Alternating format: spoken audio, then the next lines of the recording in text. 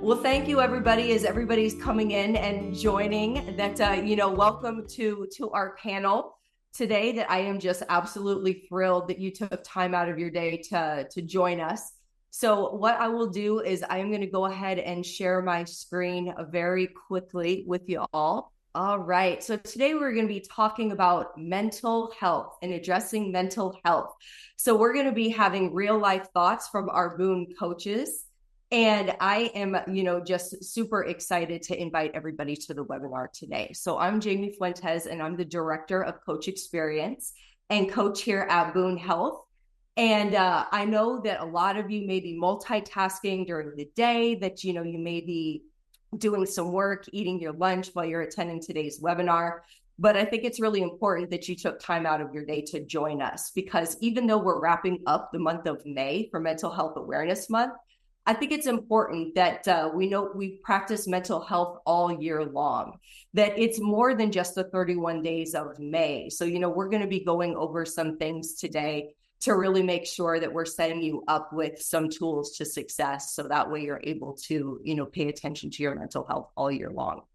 So before we get started, I want to talk very quickly about Boon Health. That's we're a personalized coaching platform where we have over 150 ICF accredited coaches on our platform who are able to coach on a wide array of topics from different professional backgrounds. So we have executive coaches with decades of C-suite experience. Well, we also have, coaches who are certified in yoga instruction and mindfulness and meditation. So whatever the needs are of our clients, we make sure that we're meeting that through, high quality coaching. And, here at Boon, we really, do have the intersection of mental well-being and professional development, because we completely understand that, everyone's complex human beings, that, everything's intertwined, what's in their personal life and their professional life. So we really understand, that here at Boon. So if you have any questions about Boon in general, you can go ahead and email us at hello@boon-health.com. I'm going to go ahead and I'm going to put that in the chat for everyone. But, a few housekeeping things before we go ahead and introduce our panelists, that please make sure you're keeping yourself on mute so we don't hear any background noise. And at the end of our presentation, we are going to, have some Q&A. So you can either chat me directly if you prefer to remain anonymous. My name is Jamie Fuentes. Or, you can go ahead and just put those questions in the chat, and, I'll make sure that we get to those. But first, let's go ahead and introduce our panelists who's going to be talking to you today. So we have Dr. Kim Bird, who is one of our Boon coaches as well. And her career path includes teaching and administration in higher education, medical social work, life coaching, and she also has a clinical private practice.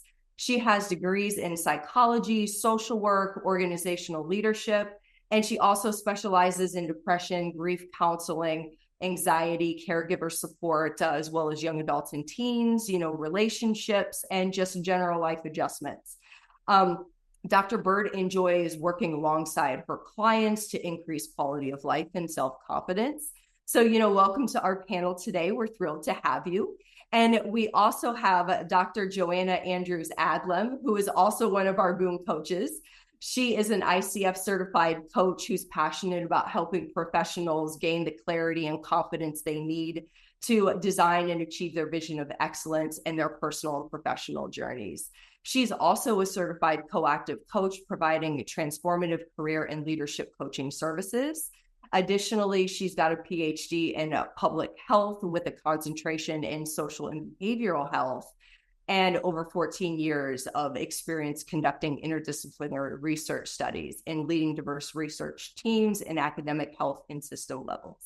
So, I'm thrilled to have you both on our panel today. I'm really excited.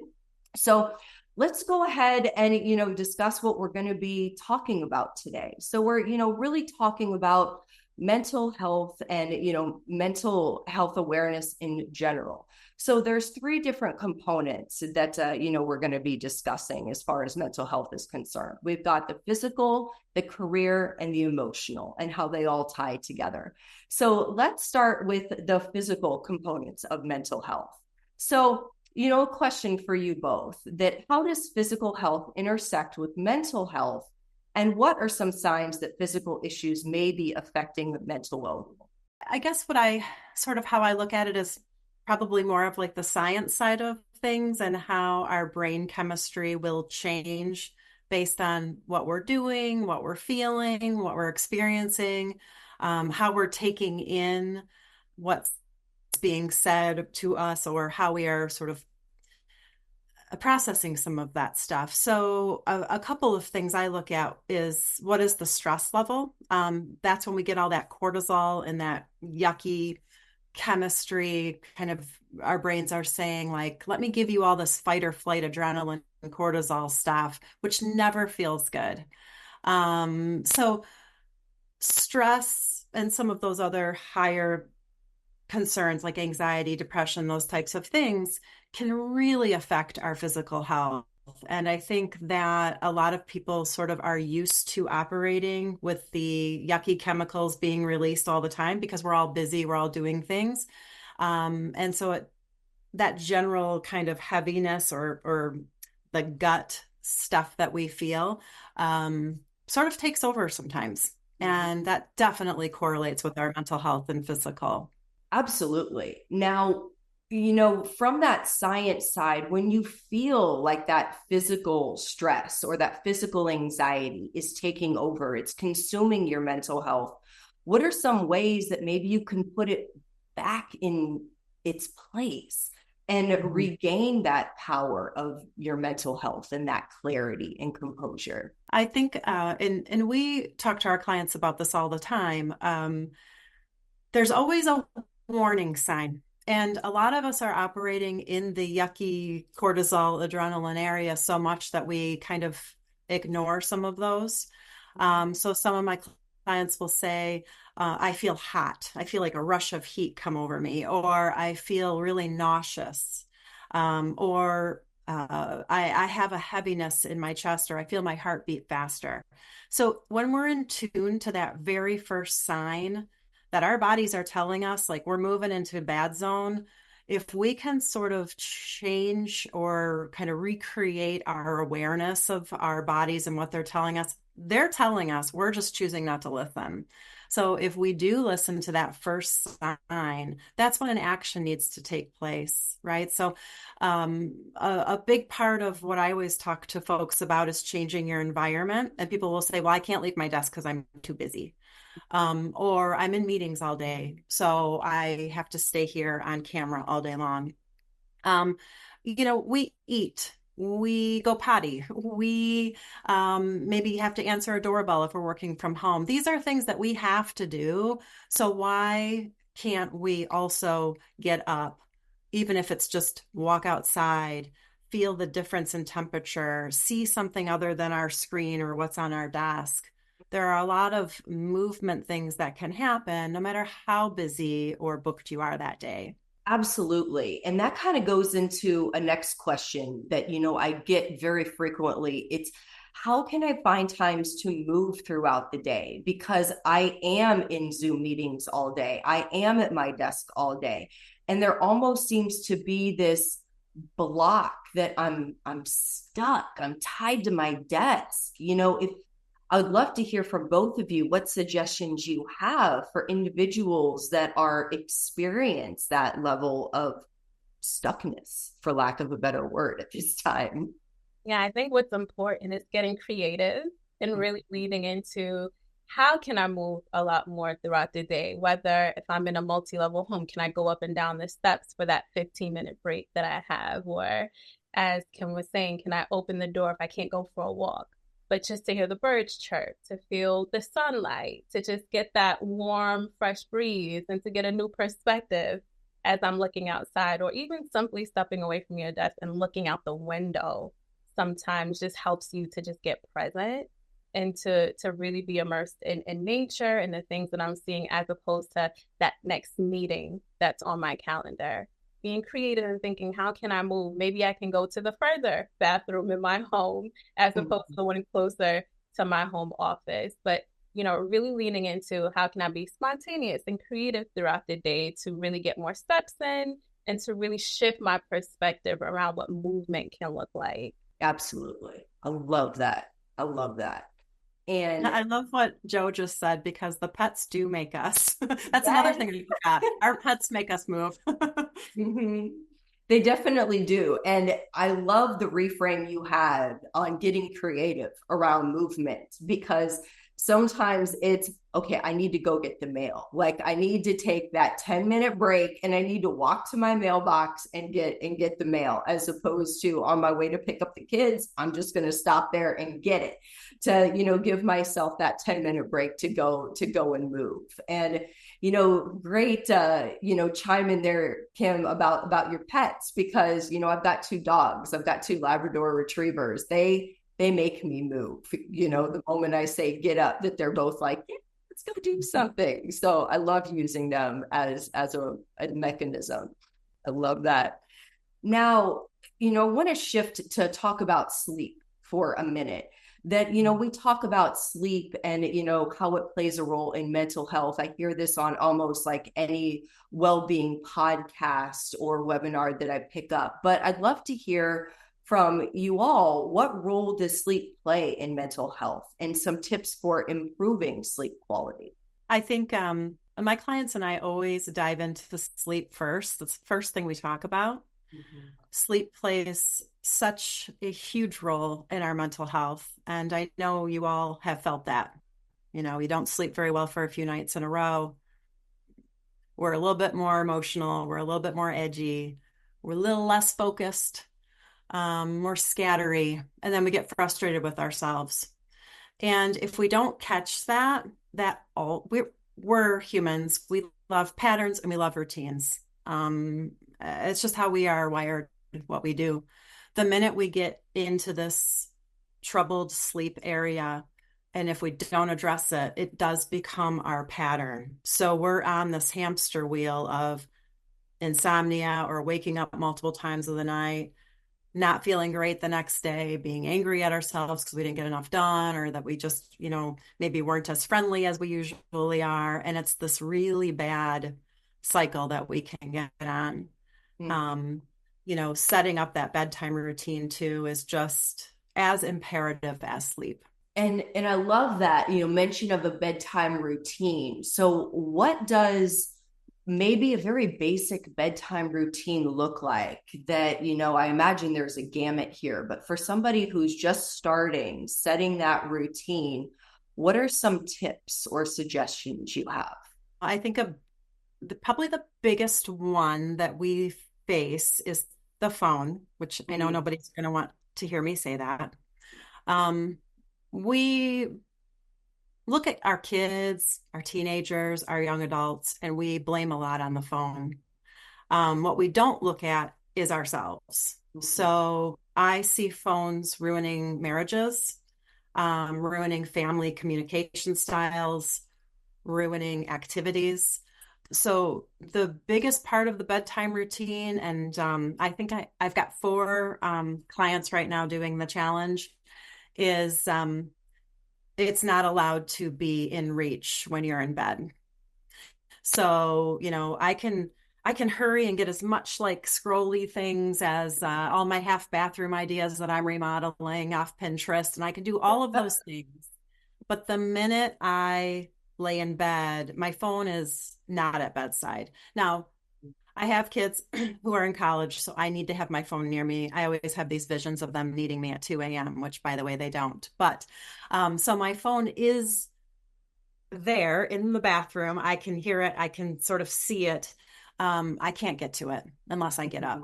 Mm-hmm. So the phone is probably the biggest issue. And I know we're going to talk about the phone a little bit later too, with our scrolling timers and things like that. But I can't express enough how much phones are ruining a lot of aspects of family. Absolutely. And I've heard that time and time again. And I'm guilty of it too. That I've got that fear complex that somebody's going to need me at 2 o'clock in the morning. So phone goes on the nightstand, and guilty. I need to make that shift. What about you, Joanna? What does a very basic nighttime routine look like for you regarding success? Yeah, I actually talk about this a lot with my clients as well too. Actually creating a routine. So starting there, what might that look like? Let's practice with maybe 30 minutes or maybe an hour, but having a wind down routine. So we're actually preparing ourselves for sleep. I know it's hard transitioning from maybe work or being a parent and there's thoughts flurrying and racing and it's hard to get to sleep. But what does that period before rest actually look like? Is Mhm. there a meditation that's happening, or maybe you're doing some journaling, or maybe there's some meditation that's happening, but there's some period of transition into meaningful quality rest so that we can actually get everything that we need from our sleep. So I would say starting small, maybe there's 30 minutes of a meaningful routine that you can have at night, encompassing any of those ideas that I listed and sticking to that, making a commitment for 30 minutes before bed. If I want to go to bed by 10, 9:30 p.m., this is what that period is going to look like. This is me journaling. This is me meditating. This is me preparing for sleep so that at 10, I can really have quality sleep and wake up feeling refreshed, which is what we all want. I love that it's you pick the bedtime and you actually work backwards so that way you set yourself up for success. That's something I need to try, that I'm lousy with my sleep. I'll be the first one to admit it. But those are some excellent tips. So I appreciate that, because who couldn't benefit from more sleep, especially knowing the connection between sleep habits and mental health. I think that's super important. So let's shift gears a little bit to career and how career plays a role in mental health and mental health awareness. So, how does job satisfaction affect mental health, and what steps can individuals take to find greater fulfillment in their careers? That's a tough one because probably everyone on this call has faced burnout at some point in their careers. The most perfect situation would be to identify before we get there that we're headed that way. A lot of times, if we are knee deep in burnout, it takes a lot of work to kind of climb our ways out of that and find exactly what you're saying, like this purpose in our work.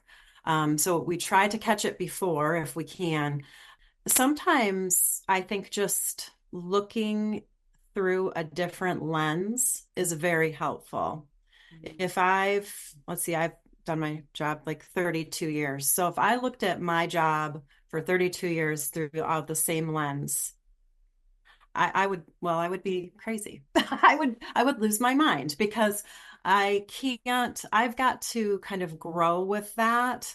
Now, there's times in my life that I would love to challenge myself more, and maybe I take on an extra task or I do something that's out of my normal patterned day.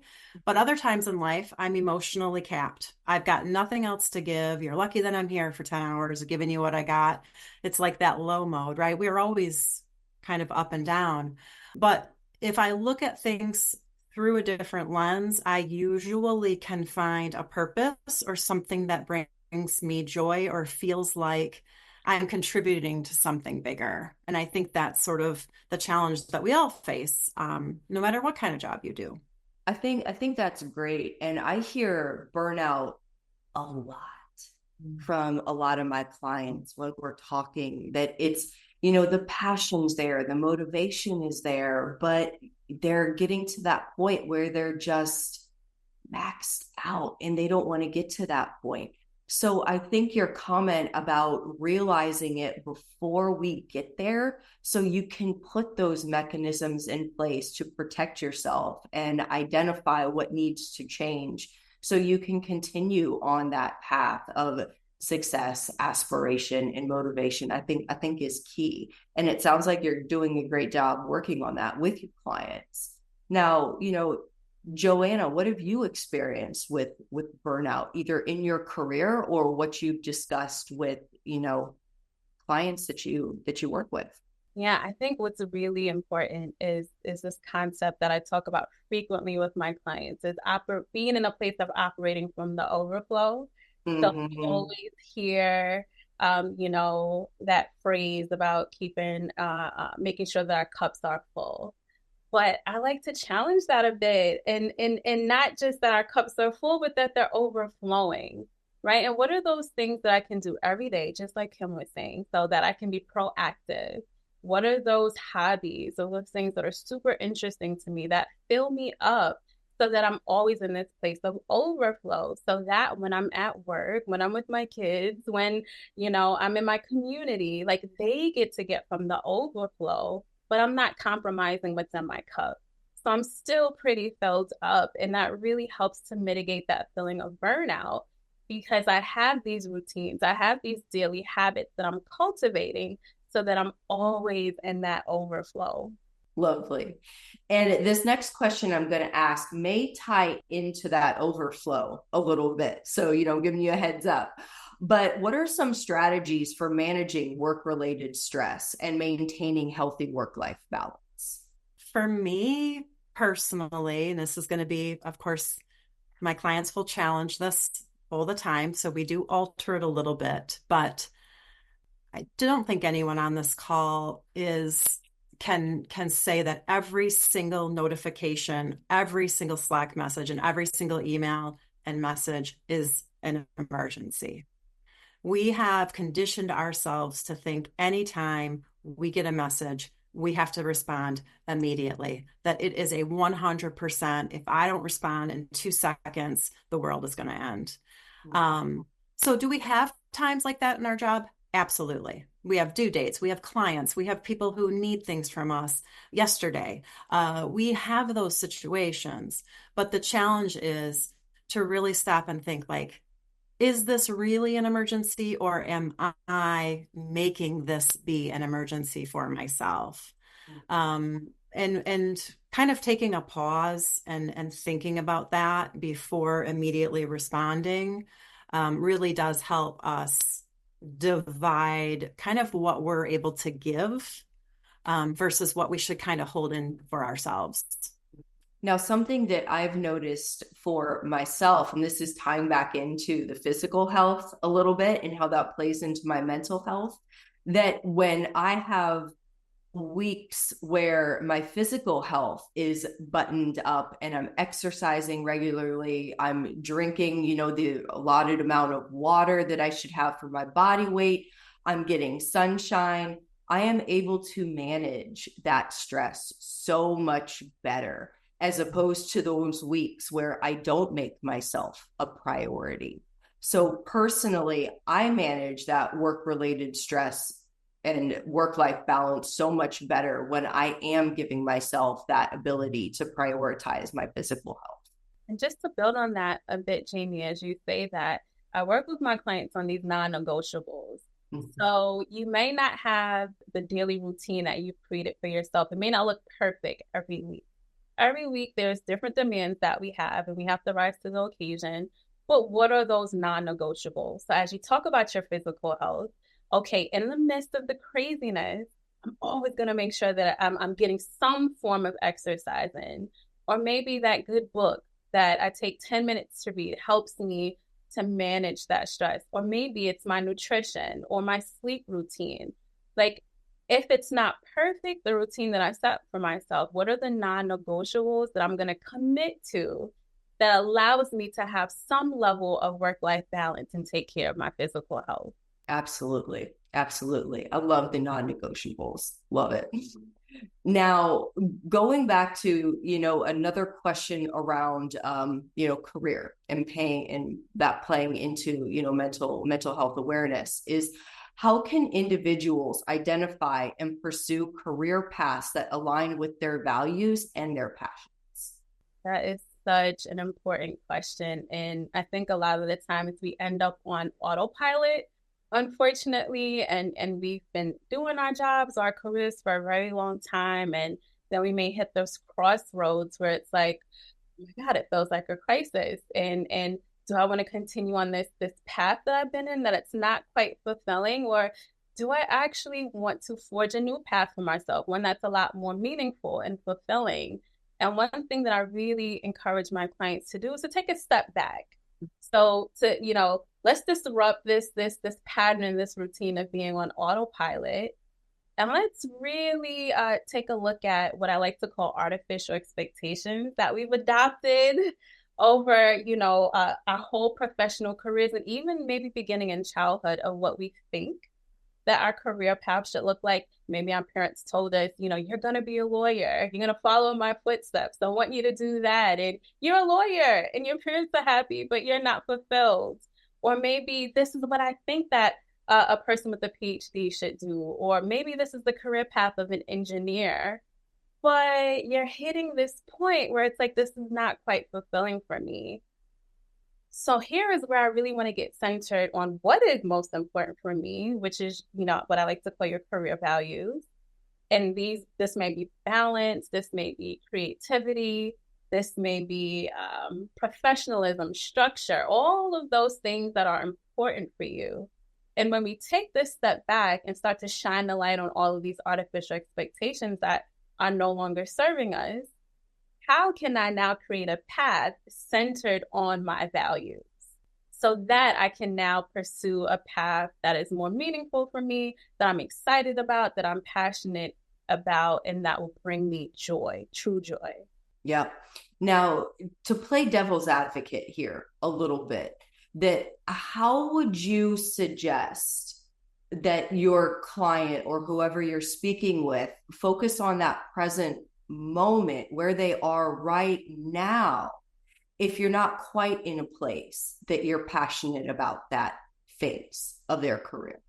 I get that question all the time. I bet. It's an important question, right? And sometimes we think of it as like all or nothing. Like, I need to leave this job. I have to go. Like, I need to find something new. And as you are really creating this meaningful path for yourself, you still have to take care of yourselves, right? You still may have bills and other responsibilities that this job is allowing you to do. So what I've actually seen in a lot of my clients is getting clear on what their values are. They get to start using those in real time and practicing. So I really hate this Friday at 12 o'clock meeting that I always have, but I have this value of creativity. So you know what? I'm actually going to lean into that and see if I can get on that project that's community education. That's something that I want to try that I haven't necessarily tried before. Or balance is important for me. And I realized that I don't take a lunch break. So, hey, in real time, balance looks like for me, I'm going to take 1 hour lunch break and reclaim that time for me within my workday. So in real time, we get to start using and honoring your values, and it really shifts that perspective of that present moment.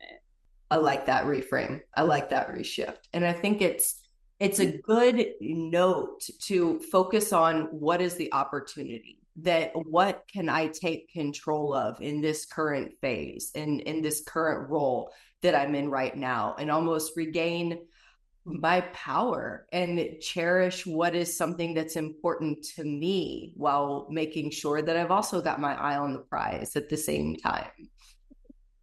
Now, how can, and you talked a little bit about this, with your Friday 12 o'clock project, but, Joanna, how can individuals experience more meaning in their careers? Yeah. And this ties into that question that you asked, because a lot of the times as we're working towards that path that we're passionate about, it's like, well, how can I start to cultivate meaningful experiences right now? So one great way, as we talked about, is your values. So maybe even getting creative. In my community right now, we have this Vibrant Values Challenge going. And I like to call them your vibrant values because those are your core career values. And you're honoring them, you're illuminated, you're energized, you have new perspectives, and you can approach your work in a different way. So honoring my values and making that choice, right? We don't always remember that we have a choice. Consciously making a choice to honor what's most important to us each day helps us to really cultivate those meaningful experiences. Also, utilizing your strengths. That's another great way too. When we know what we're really good at, I like to call them your superpowers, right? Your unique talents, gifts. When we're leaning into those, we are more engaged and enthusiastic about our work, and it creates an atmosphere for more meaningful experiences. Another great way is to find purpose in your work. Mm. So, zooming out of that day to day, and what are the actual ripple effects of the work that I'm doing? Who's the population that I'm serving? Or what is the impact that my work has? And when I'm connected to that why and what I'm doing, it helps me to have a new perspective on the work that I'm doing and really create those meaningful experiences. I think also practicing appreciation. So, we may have less than favorable experiences in our workday, but a really great practice at the end of the day is, what were those challenges? Where were those situations that didn't feel so good, but I actually learned something? What can I appreciate from that? How did I grow? Based on what I learned, how can I actually implement that the next day and build on that? So that's another great way. And then finally, I think just embracing the belief that you actually can bring your whole self, your authentic self, all parts of you to your work. I think a lot of times we feel like we have to be buttoned up or, Mhm. again, an artificial expectation, what a professional should look like. But when I'm really leaning into who I truly am and really letting that light shine of all these amazing qualities that I have, then it really allows me to attract the same, right? And I get to really, really immerse myself in meaningful experiences throughout the day. So those are just some tips that we can practice real time. Absolutely. And I, see some comments in the chat around gratitude as well, which was something that you touched on. I think that's so important. And I remember a few years ago when, I was working at a job that was very stressful, caused me a lot of anxiety, that my coach at the time told me, write down the top three things that were the highlight of your day. Even if it's just that first cup of coffee in the morning, make sure that you're writing it down and really just focusing on that gratitude, that what can I be grateful for in this moment, in this exact purpose or point in time. And it worked. It definitely helped me shift my energy, when I was in that stressful situation. So Yes. um, let's shift to, the emotional component of mental health and mental health awareness. So, what are some effective techniques for managing stress and anxiety on a daily basis? I think, well, what I've been seeing probably more recently is everyone's operating under assumptions. Mm.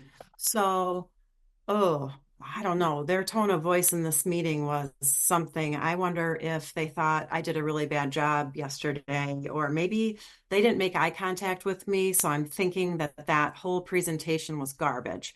And it can escalate from that, which just makes you feel horrible. It makes you have anxiety. It makes you question like why you're even there, to all the way up to, oh my gosh, I'm going to get fired, which again, all of these thoughts that we're internalizing based on people's nonverbal cues, verbal cues, are all based on, remember when we started this, we talked about how we intake information really can affect our mental health. So, working under that assumption, you can see how your day would go from, okay to horrible.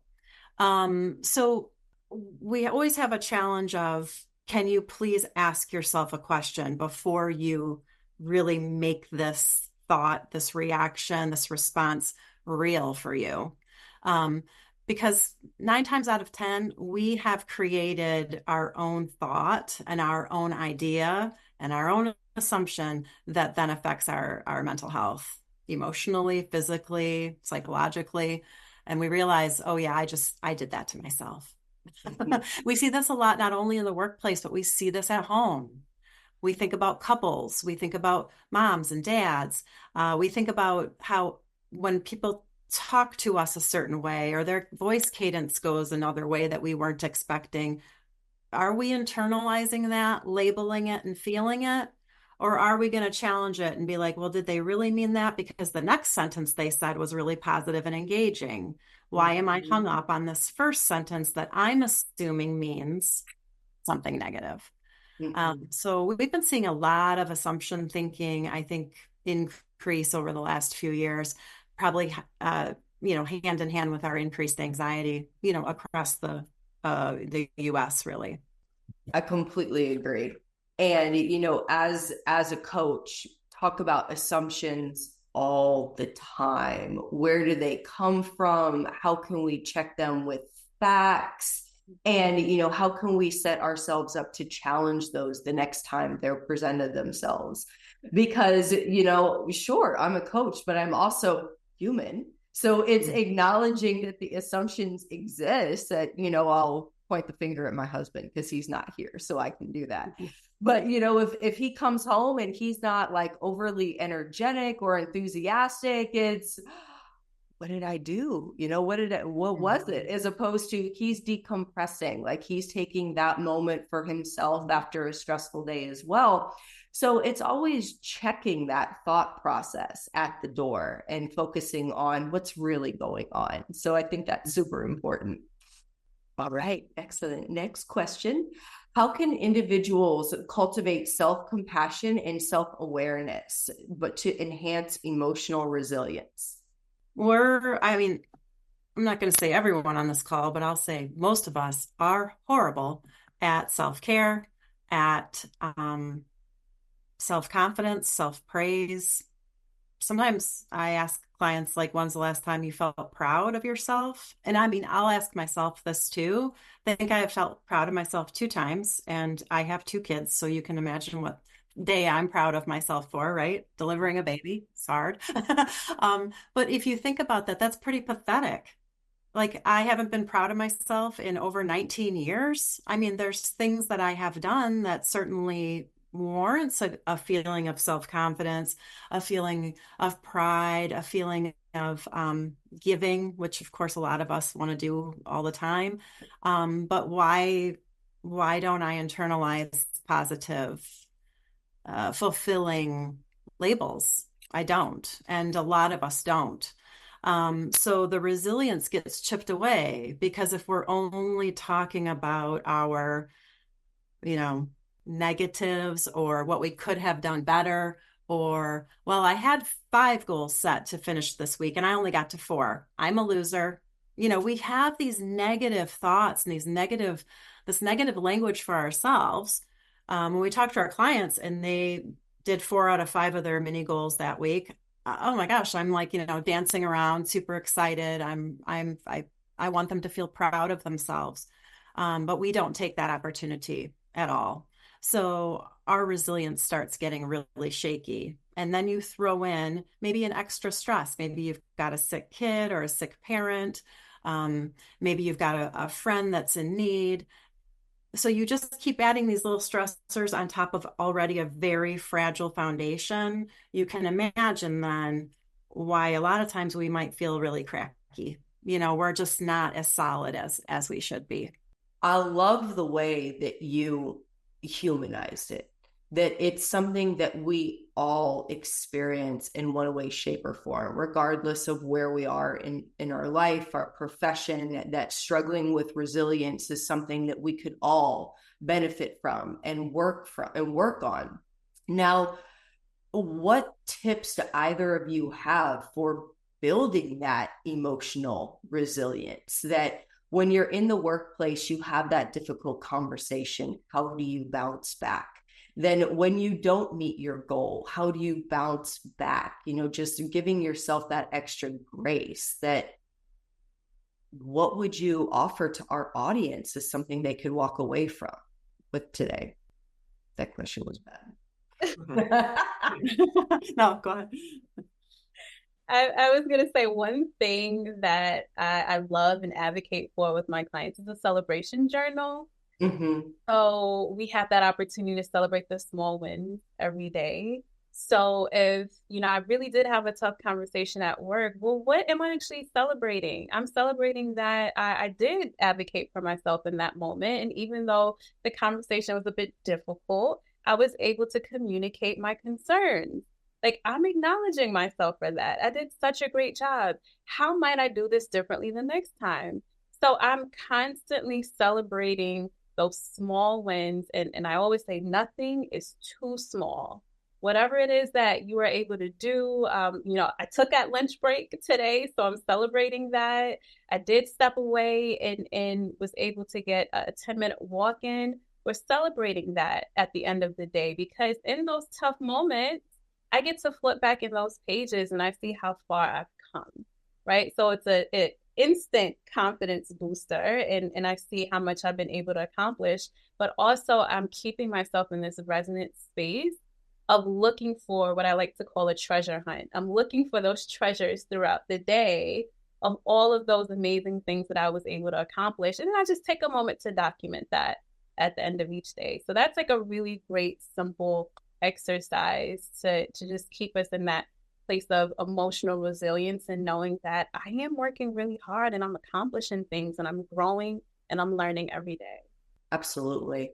I love that. And I hear about the journaling component a lot when I listen to, professional and personal development workshops and webinars for myself, that there's always that component of writing it down and taking that moment to reflect where you've been successful and looking at how powerful you can be in certain situations and reminding yourself that you have that strength, that you can choose to look at things from a different way, to choose to see things from an opportunity mindset.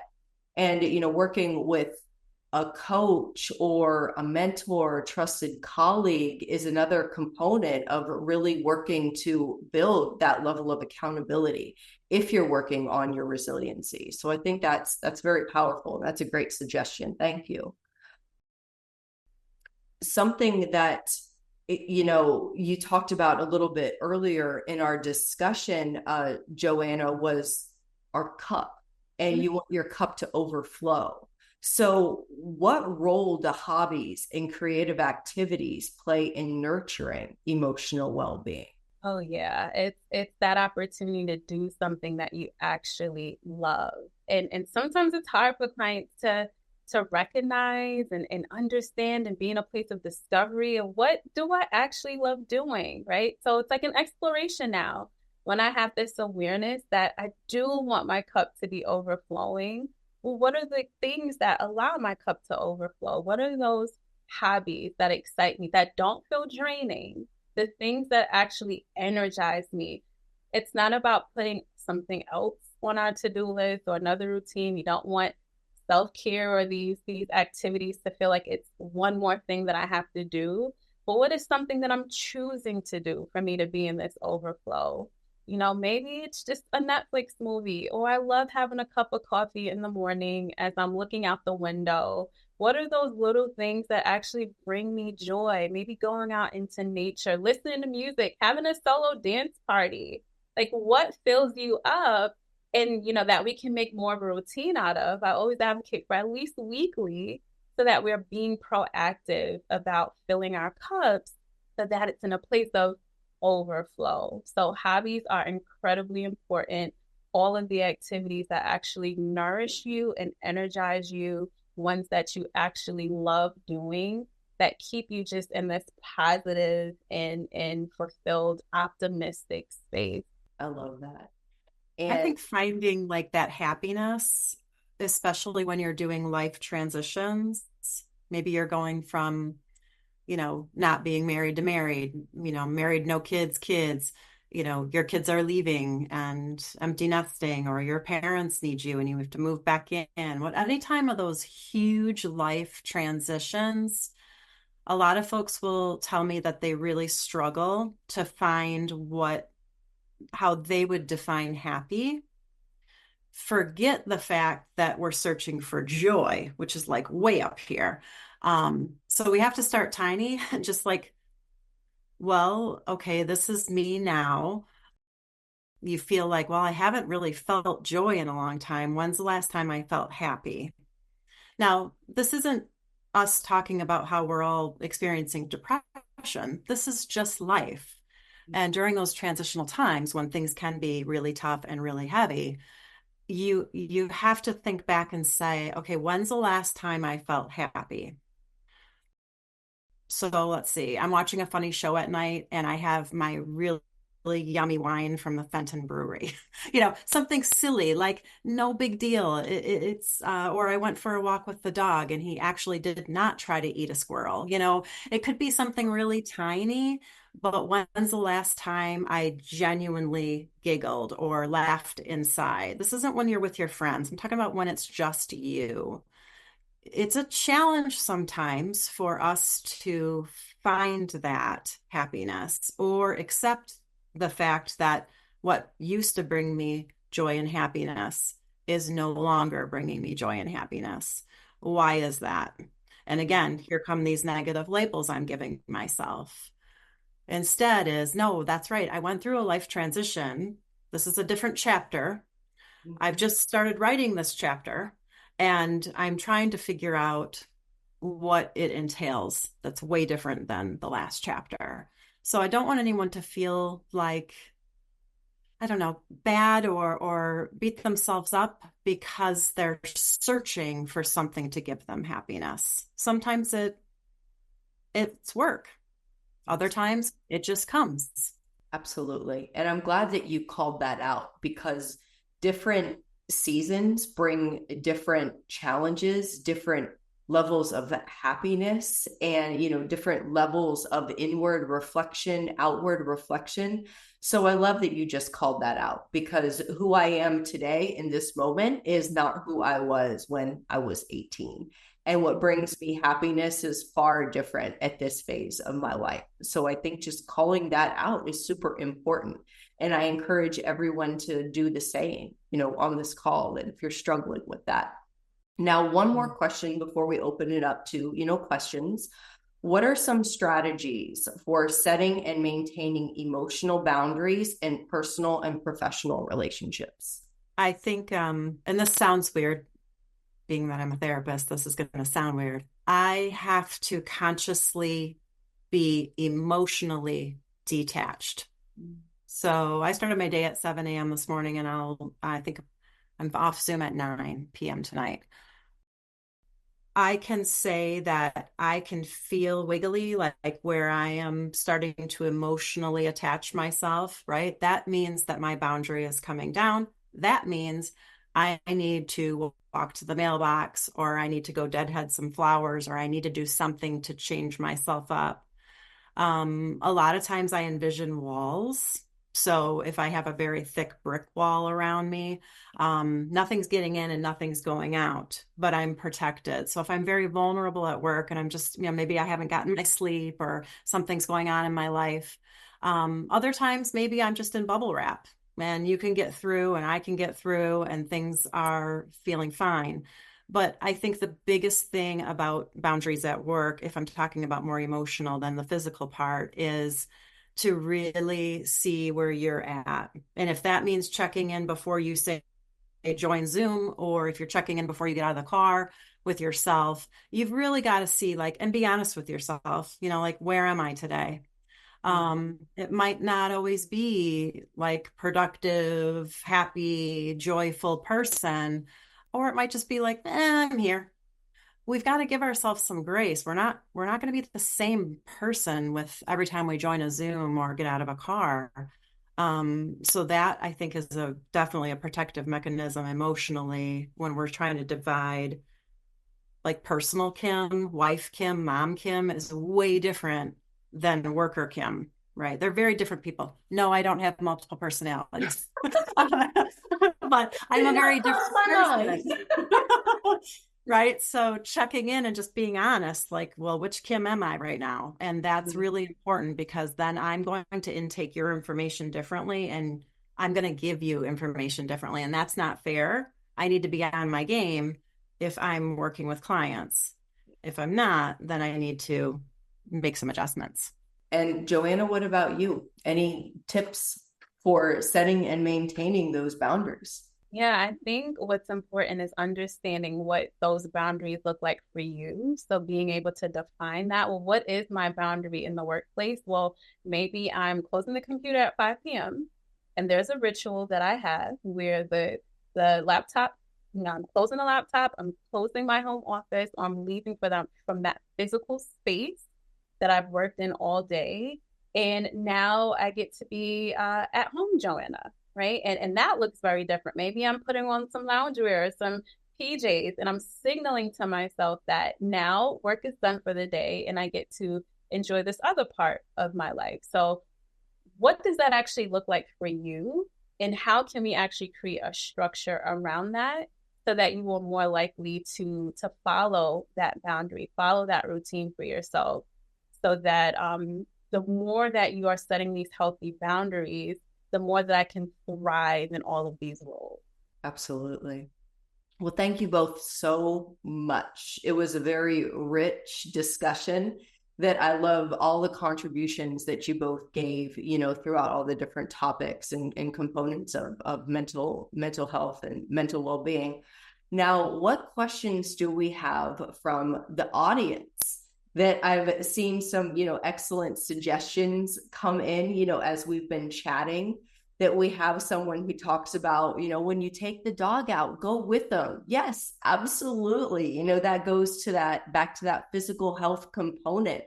Get that sunshine, stretch those legs a little bit, go outside. I absolutely love that you're embracing, that your dog and how he's contributing to your mental health. And the suggestion of stretching or doing energizing movements, throughout the day.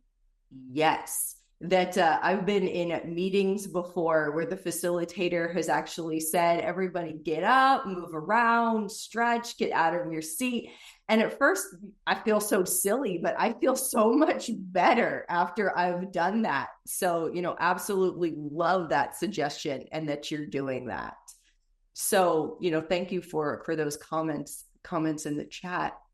And when we were talking about the career component and how, we can look at, building some different components into our careers that will lead to that mental health and mental well-being, we got a suggestion about no meetings on Fridays or other opportunities, to create a remote schedule that works for them. So, from our two panelists, like thinking about what are some things that maybe those attendees in HR or maybe leadership positions could do to help create a culture with their team that gives a little bit of that work-life balance, while being fully aware that not all companies can, say everybody leave at noon, nobody come into the office on Friday, but some things that we could do to maybe cultivate a little bit of a different culture.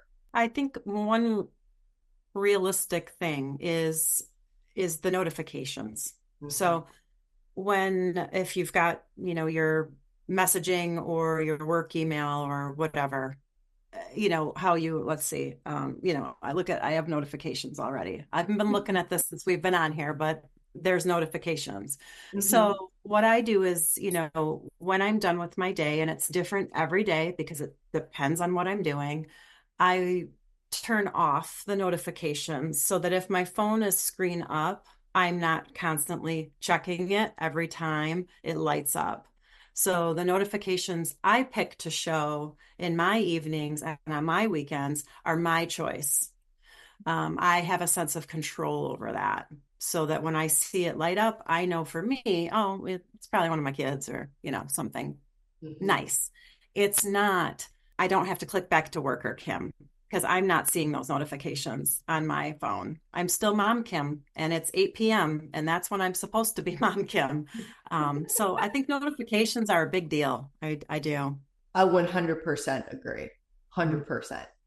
And, on that, we actually just got a comment in the chat that if you have an iPhone, you can play around with different focus settings, a work one, personal. I have an iPhone and I have never messed with it, but I'm going to. So thank you for that suggestion. But Joanna, what about you? What suggestions do you have around creating that culture or setting yourself up to really have those boundaries? Yeah, I think the notifications also is a big one. So I'm going to piggyback off of that one. And even as these suggestions are coming through the chat, I absolutely do set it on my Mac too. I have like focus mode. So for a certain amount of hours when I'm with clients, again, setting that boundary, I'm not seeing emails come through, or I'm not seeing other messages come through, so I can be fully present. And the same, you want to be able to do that in with work as well. Whether I'm on my lunch break, I don't have to check Slack or email, or if I'm cutting off at 5, I can be able to just really immerse myself at, who I am at home and enjoy that time away from work. And then also, as you were talking about HR leaders, I'm a researcher, so I always go back to ask